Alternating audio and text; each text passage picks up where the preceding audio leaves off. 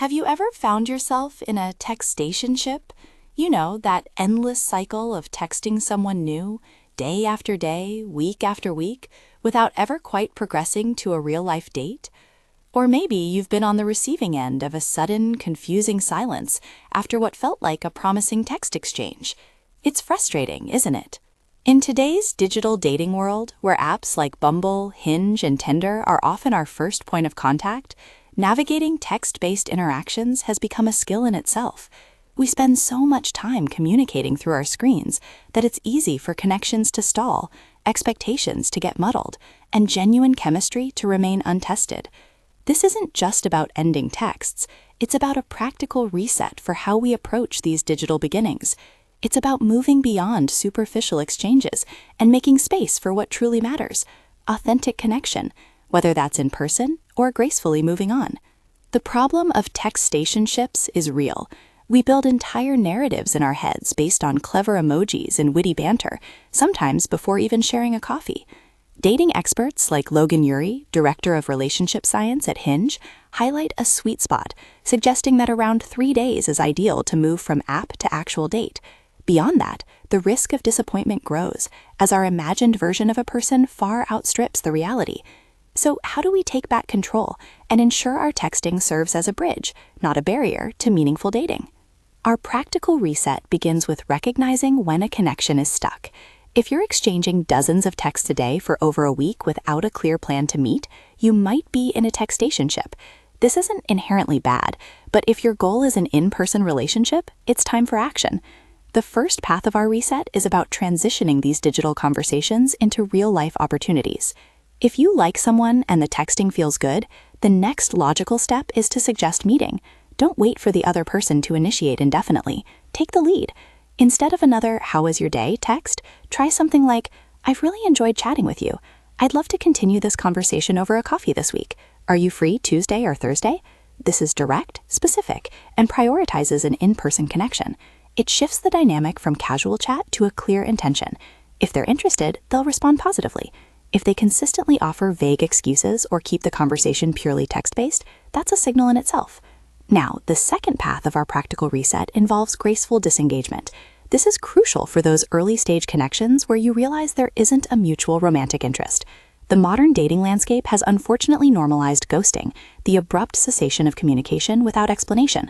While perhaps easier in the moment, ghosting can leave the other person feeling confused, hurt, and questioning themselves.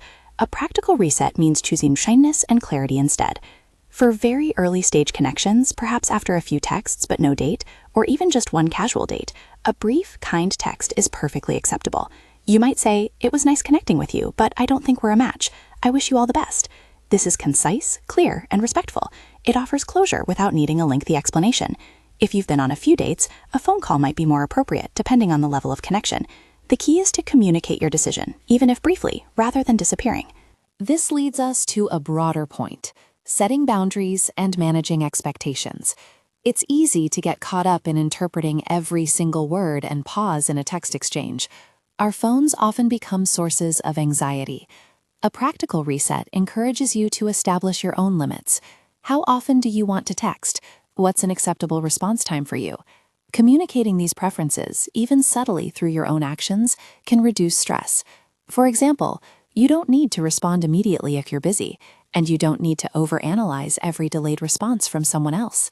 Remember, inconsistent communication might signify disinterest, or it might simply mean they have a different communication style or a busy schedule.